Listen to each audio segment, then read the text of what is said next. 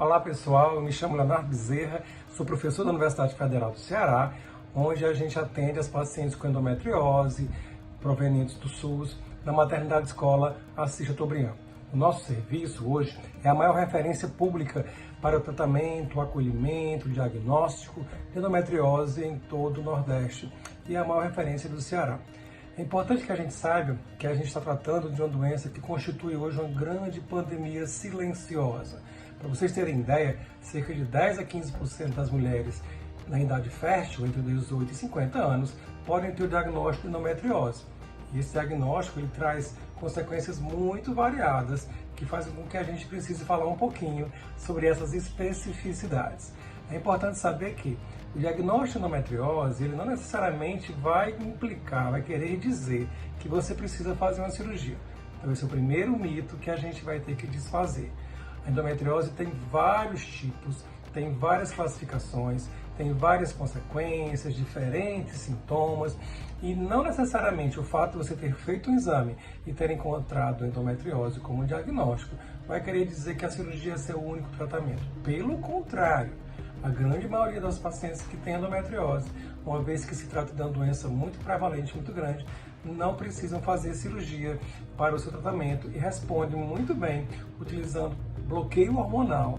Claro que não é só cirurgia, nem só medicamentos de bloqueio hormonal que vão ser essenciais, fundamentais no tratamento da endometriose. É muito importante uma mudança em estilo de vida, atividade física adequada, manutenção da massa muscular com atividade aeróbica é importante para que você tenha um metabolismo adequado. E aí, a dieta à base de frutas, verduras, diminuindo a ingestão de alimentos gordurosos ou de gorduras insaturadas, é muito importante para que você tenha um controle de alguns sintomas, sobretudo os sintomas intestinais. É muito frequente nas mulheres com endometriose a presença de intolerância à lactose, o que faz com que elas tenham uma dificuldade muito grande de digerir o leite e muitas vezes sintomas de distensão abdominal e dor associado à ingestão de leite. O que não necessariamente quer dizer que toda mulher com endometriose vai precisar tirar o leite. Não é isso. Aquelas que têm associação à intolerância à lactose vão certamente precisar de dietas específicas que sejam restritas com a lactose. Assim como também outras restrições precisam ser muito bem vistas, muito ponderadas, porque pode ser uma grave piora na qualidade de vida. Você, além de sentir dor, além de estar usando medicações, de ter graves restrições sem que haja evidência, então é importante que você tenha diagnósticos através de um especialista. Só fazer restrição de glúten, por exemplo, se houver intolerância ao glúten, só fazer restrição de leite se de fato houver intolerância ao leite. E os elementos dos alimentos chamados inflamatórios ainda estão em estudo e nós não temos ainda uma certeza, uma evidência científica de que isso vai trazer grande diferença. Psicoterapia é fundamental. Pacientes com dor crônica vão ter alteração de autoimagem, alteração de autoestima, muitas vezes depressão, e a gente não sabe quem veio primeiro, se é a depressão ou a endometriose. A fisioterapia pélvica é um pilar tão essencial, tão importante quanto os medicamentos e a cirurgia. A gente costuma dizer que a fisioterapia ela antecede a cirurgia. Ela não é uma alternativa, ela é uma obrigatoriedade. A fisioterapia ela funciona como neuromodulador.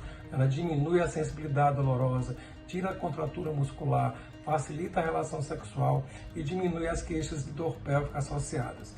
Portanto, como vocês podem ver, existe um espectro muito amplo de tratamentos que a gente chama de multidisciplinar e várias áreas que precisam ser abordadas para além da cirurgia, para além das medicações. Sobre o diagnóstico, é importante que a gente esteja atento principalmente nos sintomas. Mais importante de tudo é que exista uma percepção, uma sensibilidade, dar-se importância, não desqualificar os sintomas. A grande maioria das mulheres tem cólicas menstruais, de fato, cerca de 80% das mulheres vai ter cólica menstrual tolerável, que passa aí espontaneamente, que no máximo vai precisar de uma medicação simples, como um analgésico simples, que não é incapacitante, que não tira a paciente do trabalho, que não tira das atividades sociais, e uma dor que pode eventualmente recorrer e voltar numa progressão muito silenciosa. Essa dor leve é chamada de dismenorreia.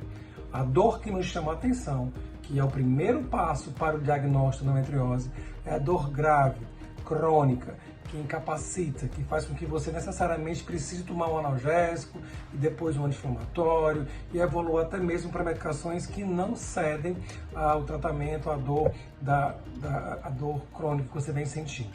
Esse tratamento, ele é um dos dados que nos chama a atenção quando a gente está investigando a gravidade dos sintomas, ou seja, a necessidade de usar a medicação e a dificuldade da medicação resolver os sintomas que nós chamamos de refratariedade, ou seja, a dor não cede espontaneamente com medicações. Precisa estar atento, portanto, aos sintomas, é fundamental para que a gente pense em endometriose, para que a gente direcione o diagnóstico a seguir.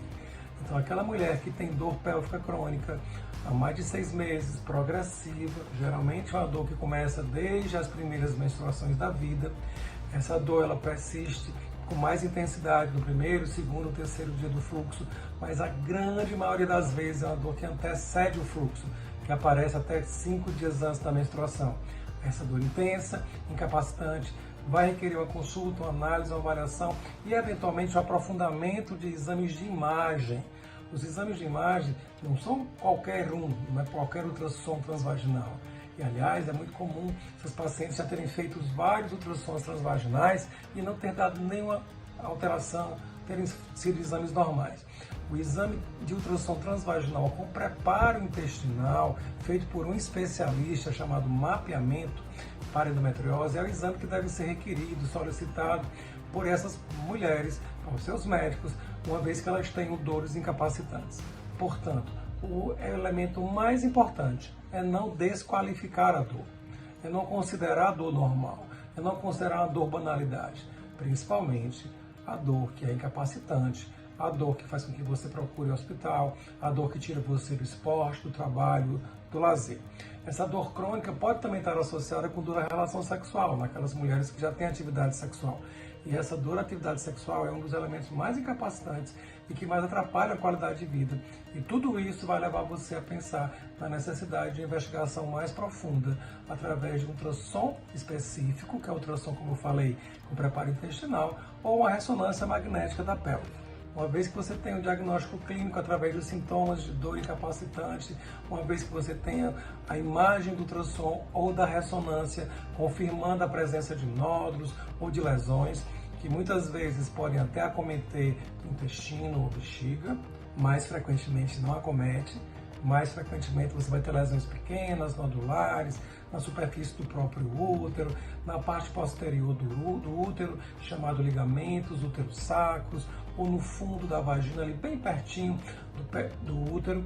Essas áreas são as áreas mais comuns de você ter lesões e de você encontrar as lesões no ultrassom com mapeamento ou na ressonância pélvica. Uma vez que você tenha sintomas que são incapacitantes, que você tenha essa imagem, você vai precisar de um tratamento. Bloqueio hormonal, quer seja com anticoncepcional, quer seja com progestagênio, quer seja com diomirena, é sempre a primeira linha de tratamento e é a linha que tem que se permanecer, que persistir mesmo após uma cirurgia. Quando pensar em cirurgia? Quando os sintomas eles não melhoram com o uso de anticoncepcionais ou de progestagênios, quando eles não melhoram, não cedem com bloqueio menstrual, ou quando muitas vezes até eles pioram, ou seja, a progressão dos sintomas evolui independente de você bloquear ou não o fluxo menstrual.